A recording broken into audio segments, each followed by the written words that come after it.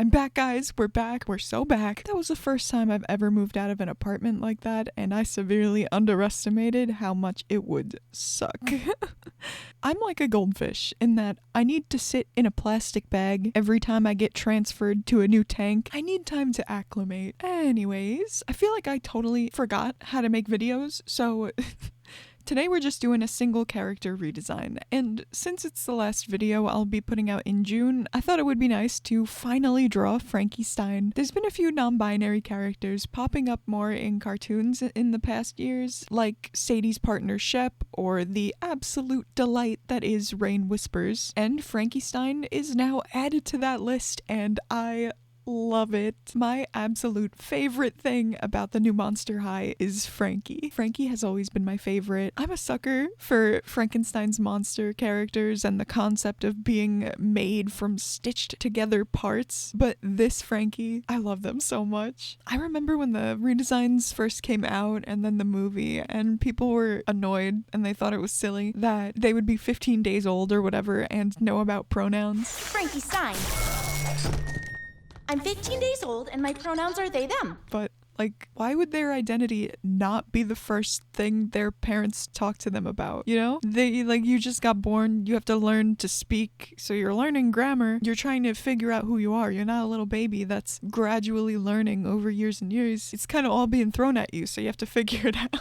They were literally just made. They have the awareness of a teenager. Imagine if their parents went through all of that work to literally create a living being from parts, and then they were just like, okay, good luck, see ya. We're not gonna, our job is done. You know, we're just gonna walk away and you can fend for yourself. No, Frankie is also aware of who all the people making up their body were. When I did my brain chart for Mrs. O'Shriek's class, learned all about my bits, ogres, trolls, poltergeists. So I think it makes sense that they would resonate with non-binary pronouns, or just, they, them. And I love that while Frankie gets to know the things those parts of them know, like the different people whose brain end up making their brain and things like that, they also get to learn things for themselves. Their brain may come from multiple sources, but now all of those parts make up a new whole, and that new whole is in a new person. It's so interesting that with all of the characters struggling with identity in this show, the person made of stitched together cadavers seems to be the most content with who they are. I attribute it to their parents being very emotionally intelligent and brilliant communicators. I will admit I was a little disappointed that they were no longer the child of the monster, aka Adam, and instead the child of two scientists. That's just kind of like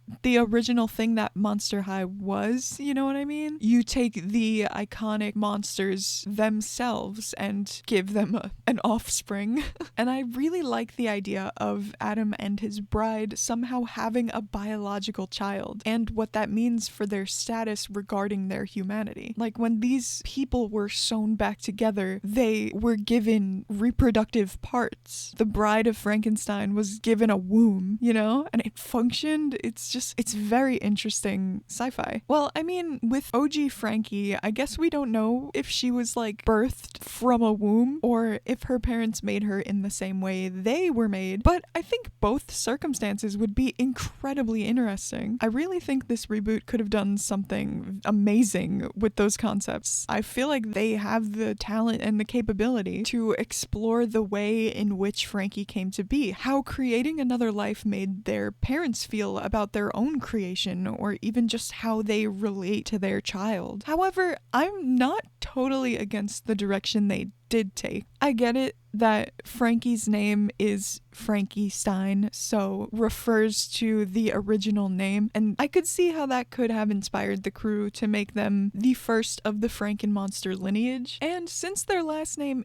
is different from the original story, it actually does disconnect this family from the original novel to a degree. There is still interesting potential within the family dynamic, and it's interesting that they were scientists like the original Victor Frankenstein, but they're still monsters. Victor Stein, Frankie's dad, is a zombie, and Mary Stein, Frankie's mom, is a goblin. I am very interested to hear what you guys think the significance significance of choosing those monster species is because they seem kind of random to me. The inspiration for their names is clear, at least, being the Doctor from the original story and the author, Mary Shelley, the founder of science fiction as we know it entirely. So cool. It's also funny to me that both of them are green, and then there's their kid who got changed from green to blue. I know why the change was made, I just think it's funny.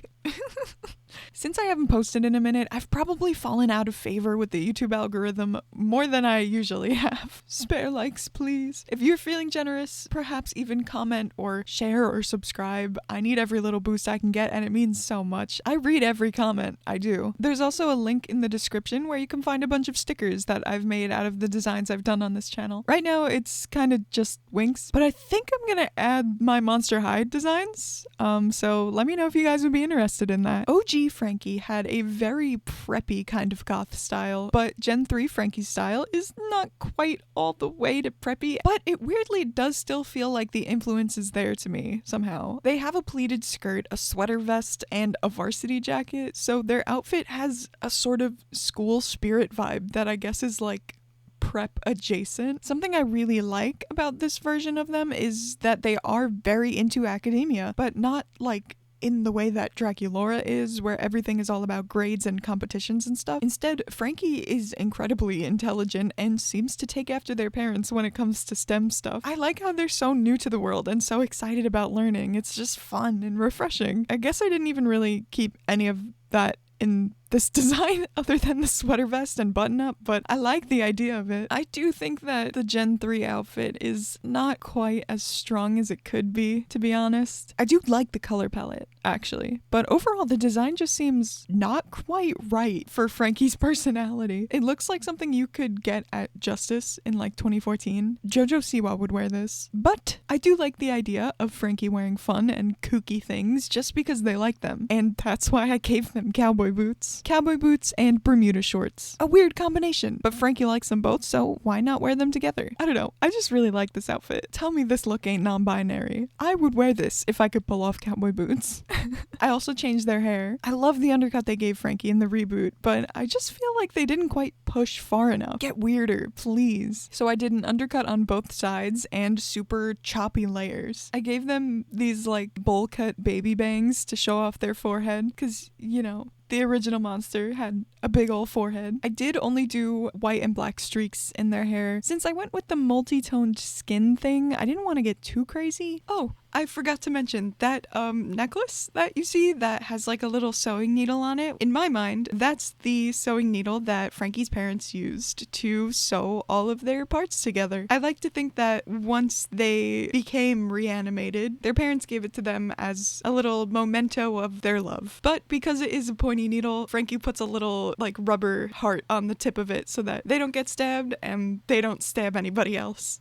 Yeah, I don't know. I just thought that would be a fun detail, and they definitely needed a necklace or something. Also, why does Frankie have pink lips? I always think about this. They went with the blue skin because that's closer to the color of a long dead corpse and farther away from copyright issues, but then they gave Frankie pink lips. I guess it's to make them feel more reanimated and alive and less like undead. I don't know. But the rest of them is still blue. I don't know. I just went with blue lips.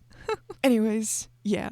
I love the new Frankie. I relate to them a lot, more than I ever thought I would. The absent-mindedness while also having a ton swirling around up there nonstop. The hyperfixating and impulsiveness. The pronouns. I hope you guys like the design I ended up with. I am a little worried because I really wanted to do Frankie justice. And I mean, if it's not clear by now, I just get stressed about these designs. But I have just been having a really hard time getting back into the swing of things, and I wanted to do a character that really makes me happy, just for that extra bit of motivation, I guess. I really tried my best, but my little workspace is all set up now, and the ball is rolling once again, and boy, would I like to keep it that way. Really gonna try to get back to regular uploads, and I hope you'll stick around. Okay, that's all for this one. I promise there is more on the way, so I'll see you then, I hope. Bye! The pronouns, ooh, they, them, so spooky.